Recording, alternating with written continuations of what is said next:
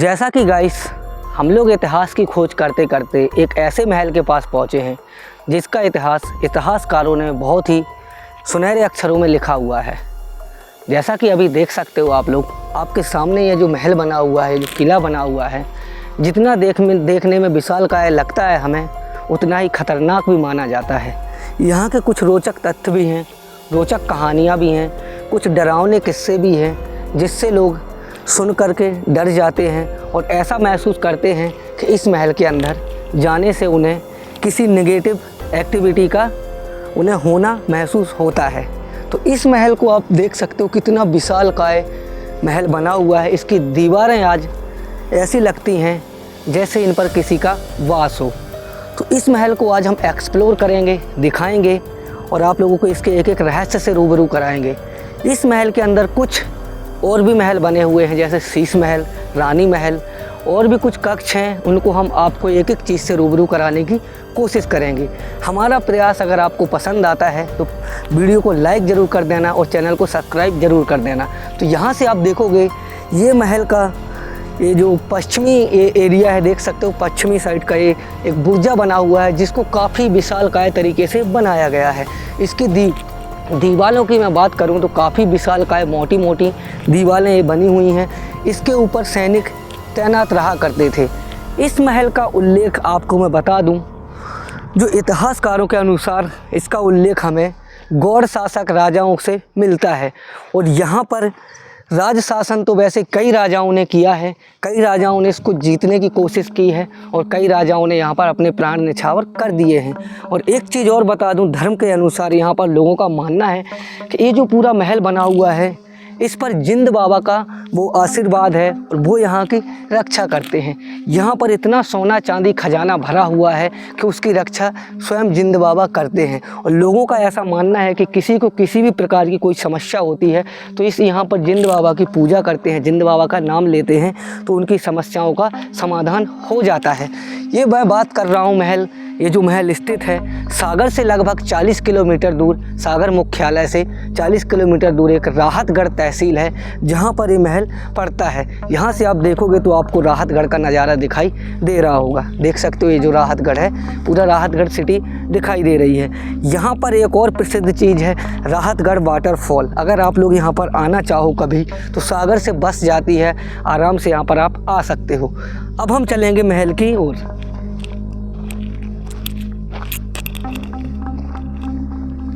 तो यहाँ से हम जैसे महल के ओर बढ़ रहे हैं तो हमारे अंदर एक अजीब सा डर एक पनपता हुआ जा रहा है। हमें भी कहीं ना कहीं ये डर महसूस हो रहा है कि लोगों के जो किस्से हैं कहीं वो सच तो नहीं, जो लोग यहाँ पर किंवदंतियाँ बताते हैं वो सच तो नहीं है। चलते हैं अंदर और आपको एक एक चीज़ बताते हैं। यहाँ पर जैसे ही आ जाते हैं तो महल का हमें प्रथम द्वार मिल जाता है जिसे हाथी द्वार के नाम से जाना जाता था। हाथी द्वार इसका नाम इसलिए रखा गया था क्योंकि हाथियों की मतलब उससे भी ना इसको तोड़ा जाए, हाथियों की जो मार होती है उससे इसको ना तोड़ा जाए। इसका मेन रीज़न ये था कि आप ये वॉल देख रहे हो, सीढ़ी नुमा 2 वॉलें बनी हुई हैं और उस साइड इस द्वार है, तो हाथी अगर दौड़ के इसको तोड़ने की कोशिश करे तो ना टूटे। देख सकते हो यहाँ पर एक तालाब टाइप का बना हुआ है छोटा सा, इसमें अभी कितना शीतल जल हमें यहाँ पर देखने को मिलता है। और इस महल के काफ़ी ज़्यादा किस्से हैं, काफ़ी कहानियाँ हैं, हम एक एक चीज़ आपको बताएंगे और यहाँ से हम लोग चलते हैं।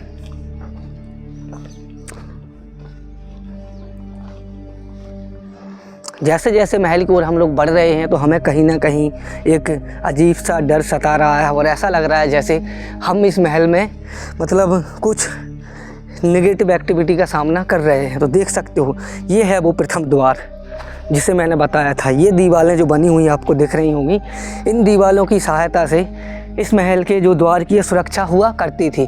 यहाँ पर लगा रहता था पहले विशाल का एक लकड़ी का गेट। देख सकते हो आप, इसके मेहराब से आपको पता चल रहा होगा काफ़ी विशाल का द्वार हमें देखने में लगता है। तो चलते हैं थोड़ा सा अंदर।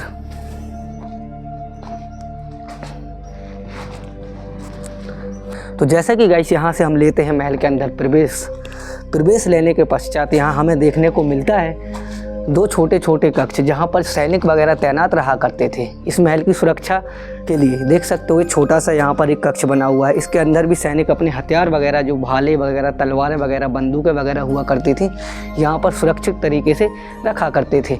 और यहाँ देख सकते हो वो द्वार जो यहाँ पर लगे रहते थे काफ़ी विशालकाय लकड़ियों के, उनके साक्ष्य अभी भी देखने को मिलते हैं। इनमें गेटों को फंसा दिया जाता था और जो मोटे मोटे पत्थर, बलुआ पत्थर, लाल बलुआ पत्थर के कटाव से इसका मेहराब तैयार किया गया है। इस महल के अंदर हम चलते हैं और आपको और इसके रहस्य से रूबरू कराते हैं। देख सकते हो ये आपको यहाँ पर कुछ सीढ़ियों के बाद आपको ऐसा एक समतल एरिया मिलेगा जहाँ से घोड़े वगैरह चलने में आसानी हो जाया करती थी। और इन पत्थरों को आप देख सकते हो, इसमें ग्रिप टाइप के बने हुए हैं, इसलिए ऐसे बनाए जाते थे कि ताकि घोड़े वगैरह पर सवारी करके राजा वगैरह जाएं तो घोड़े आराम से चढ़ जाएं, फिसले ना। और इसके बाद जाते ही यहाँ पर एक और द्वार हमें मिलता है जो कि विशालकाय भव्य द्वार हुआ करता था, जो आज के समय में एक ध्वस्त स्थिति में है। और इसके कुछ साक्ष्य हमें देखने को मिल रहे हैं। अपने समय में जब ये महल होगा उस समय पर इस महल की खूबसूरती काफ़ी सुंदर हुआ करती होगी और इसकी विशालकाय जो दीवारें आप अभी देख रहे हो देखने में ही मनमोहित लगती हैं। तो अब हम इसके अंदर चलेंगे और इसके एक एक रहस्य से आपको रूबरू कराने की कोशिश करेंगे। तो चलते हैं थोड़ा सा और अंदर।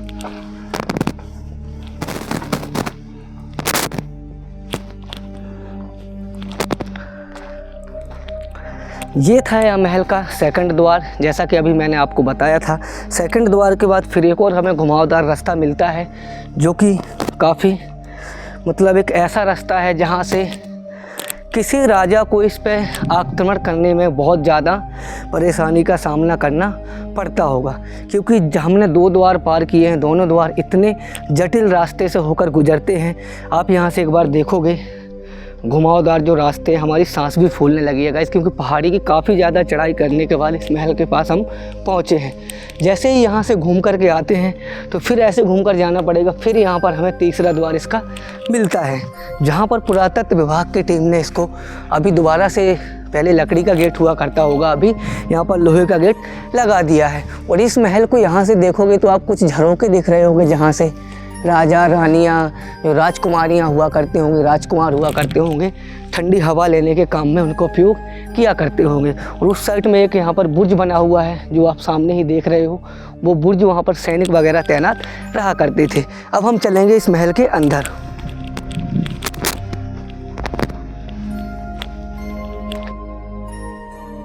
जैसा कि गाइस अभी हम लोगों ने इतनी चढ़ाई चढ़ने के बाद हम पहुँचे हैं इस महल के तीसरे द्वार के पास, जो कि आप मेरे सामने देख रहे होंगे। इसका मेहराब आपको काफ़ी खूबसूरत लग रहा होगा। जब अपने समय में ये मेहराब होगा और ये द्वार होगा तो काफ़ी सुंदर हुआ करता होगा। जब इस पर अंग्रेज़ों का शासन आया तो अंग्रेज़ों ने यहाँ पर जो लकड़ी का गेट हुआ करता था उसको निकाल करके यहाँ एक लोहे का दरवाज़ा काफ़ी बड़ा यहाँ पर लगा दिया है। अब हम चलते हैं इसके अंदर। यहाँ आप देख सकते हो, यहाँ 2 कक्ष बने हुए हैं जो कि सैनिक रुकने के लिए बनाए जाते थे। सुरक्षा के हिसाब से सैनिकों को यहाँ ठहराया जाता था, जो अपने हथियार, अस्त्र शस्त्र, बंदूकें, भाला, तलवारें लेकर के यहाँ रहा करते थे और पहरा दिया करते थे। इस पर प्राचीन समय में एक छत भी हुआ करती होगी जो आज के समय में ध्वस्त हो चुकी है। अब हम चलते हैं थोड़ा सा आगे और आपको इस महल का और भी दृश्य दिखाने की कोशिश करते हैं। जैसे कि यहाँ देख सकते हो काफ़ी मैदान है। मैदान इसलिए रखा जाता था क्योंकि जब सेना वगैरह जाने के लिए यहाँ कुछ तैयारियाँ की जाएं, फिर एकदम से यहाँ सकड़े दरवाजे आ जाया करते थे, क्योंकि सुरक्षा की दृष्टि ज़्यादा महलों में रखी जाती थी। और महल का यहाँ से आप एक बार ऊपर नज़ारा देखोगे तो काफ़ी ऊंचाई पर ये महल बना हुआ है, जो अपने आप में एक सुरक्षा का काफ़ी कवच लगाए हुए हैं। और यहाँ सैलानी आते रहते हैं घूमने के लिए, खूब संख्या में यहाँ पर लोग बाग आते हैं।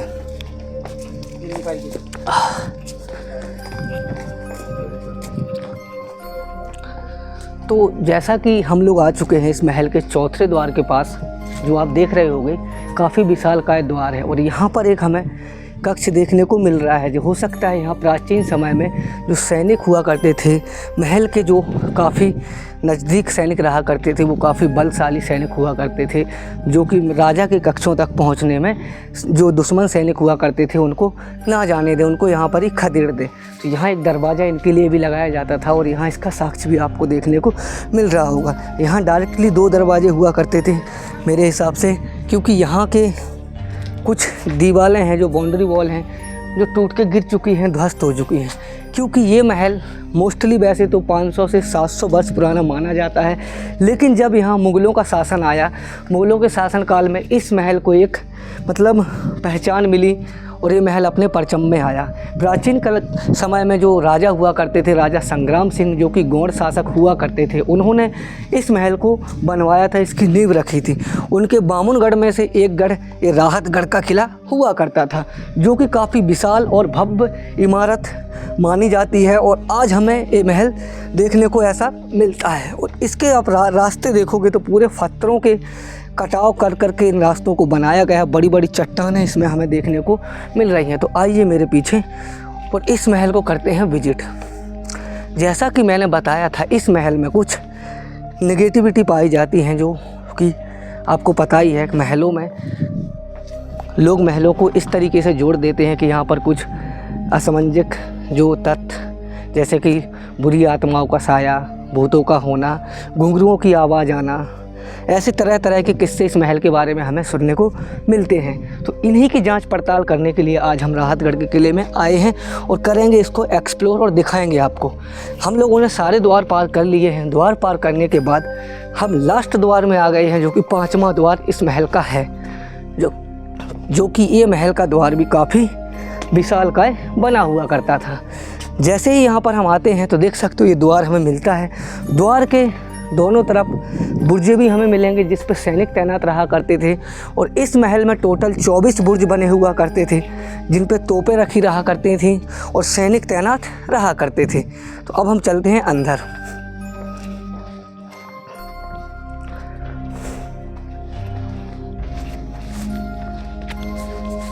हम आ चुके हैं महल के अंदर। और जो राजा रानियों के कक्ष, जो राजा का महल हुआ करता था, वो मेरे सामने आप देख सकते हो यहाँ पर बना हुआ है। अभी हम इसको विजिट करेंगे और आपको एक एक रहस्य दिखाएंगे। क्यों इस महल के अंदर घुंघरुओं की आवाज़ें सुनाई देती हैं, क्या वजह है कि इस महल को एक भूतिया महल के नाम से जाना जाता है, क्यों यहाँ पर लोग जाने से डरते हैं। तो आइए और चलते हैं और दिखाते हैं, एक एक रहस्य को आपको बीच में रूबरू करते हैं। जैसा कि मैं बता दूं, जब अंग्रेज़ों का शासनकाल इस महल पे चल रहा था, उसके बाद जब अंग्रेज़ों से स्वतंत्रता हमारे भारत देश को मिली, फिर ये जो महल है एक स्वतंत्र हो गया, अपने आप में स्वतंत्रता का रूप इसने धारण कर लिया। फिर ये भारत सरकार का जो पुरातत्व विभाग होता है उसके अधीन आ गया और इस महल की थोड़ी रेख देख में परिवर्तन हो गया। और इस महल के जो टूटे हुए जो साक्ष्य हमें देखने को मिलते हैं, इसमें थोड़ी बहुत मरम्मत वगैरह करवा दी। यहाँ पर हमारे इंडिया का फ्लैग आपको देखने को मिलेगा, जो कि काफ़ी शानदार है। अभी थोड़ी हवा नहीं चल रही, इस वजह से फ्लैग नहीं उड़ रहा है, वरना काफ़ी सुंदर दृश्य हमें देखने को मिल जाता। अब चलते हैं महल के अंदर। क्या इसके अंदर कुछ ऐसे भी कक्ष हैं जिनके अंदर लोग जाने से डरते हैं? क्यों लोग इसके अंदर जाने से डरते हैं, वही सब जानने के लिए हम लोग आज इस महल के अंदर आए हैं।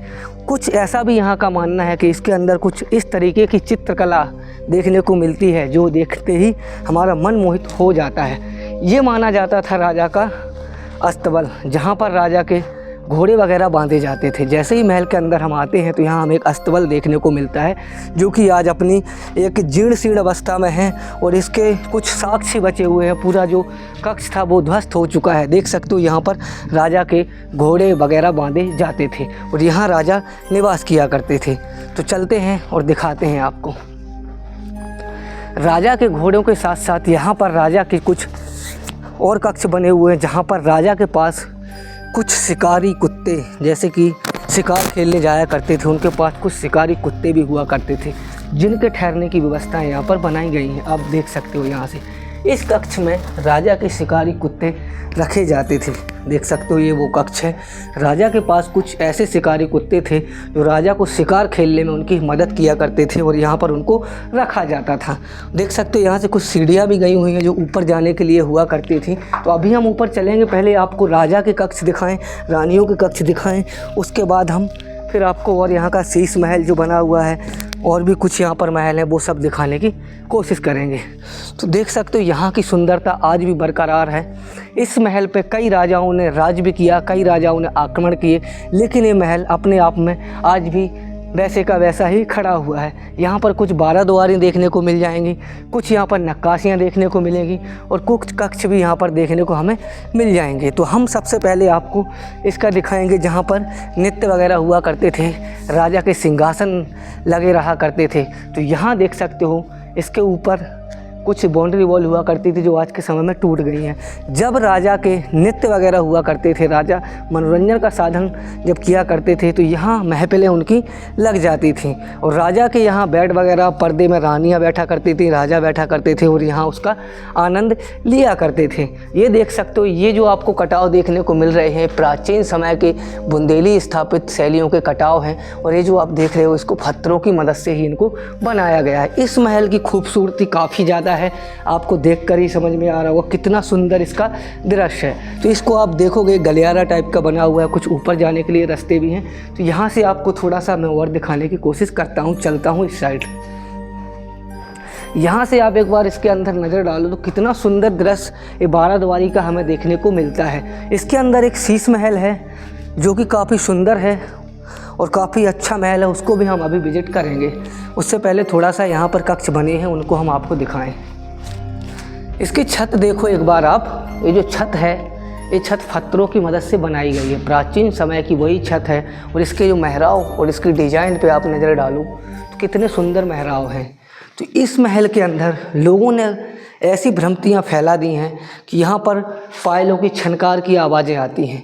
क्यों लोग ऐसा करते हैं यार? ऐसा तो हमें यहाँ बिल्कुल भी नहीं लग रहा, क्योंकि इस महल के अंदर इतना सुंदर दृश्य देखने के बावजूद यहाँ पर एक कक्ष बना हुआ है, देख सकते हो, जिसके अंदर काफ़ी अंधेरा है। तो हम थोड़ा फ्लैश ऑन करके इसके अंदर चलने की कोशिश करते हैं। आप फ्लैश ऑन करो और चलते हैं।